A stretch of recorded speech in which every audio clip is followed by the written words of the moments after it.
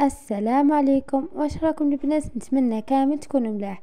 اليوم انا جيت لكم فيديو جديد على قناتي، وراح نوري لكم طريقة ماما في صنع السفيرية. اول حاجة جابت الخبز البايت ونفخته في الماء، وبعد ما عصرته مليح دارت فوقه لي زيبيس. هنا كيما راكم تشوفوا دارت الكركم، الفلفل وراس الحانوت والزيتون وشوية لحم مفروم، وهنا زادت فوقو الثوم والمعدنوس.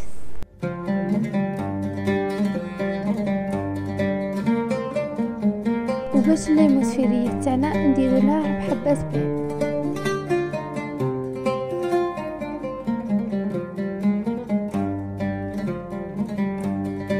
وهنايا بعد ما نلموه نروح نشكلوه على شكل خبيزات ولا على شكل دوائر كيما تحبوا نتوما. وهنايا جات ماما تفرغ في الكورجات باش نعمروه.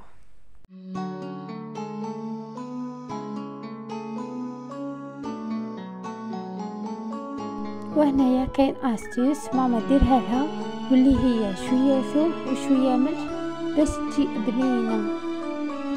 وهنايا لافاس نديرو اللحم مفروم والثوم ولي زيبي وشويه العدس. وهنايا نبداو نعمرو فيه.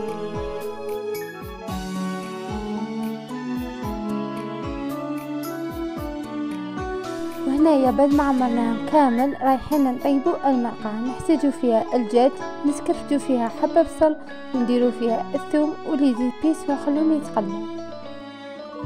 وهنايا بعد ما يتقلاو نزيدو فوقهم حبه طماطم.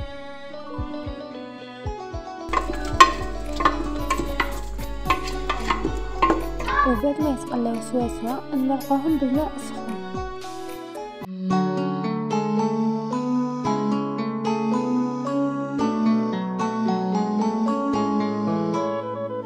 ونفرغوا فوقو الكميات الحمص اللي راكم باغيين.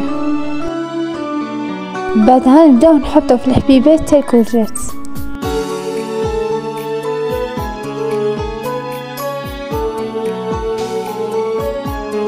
وهذاك اللحم المفروم اللي بقالنا درناه على شكل دوائر، وبعدها جيت نقلي في البطاطا. وهذا الشكل النهائي للطبق تاعنا، ونتمنى يعجبكم. اذا عجبكم ما تنسوش ديروا لي جيم وكومنتير، ونلتقي في فيديو اخر مع وصفة اخرى ان شاء الله.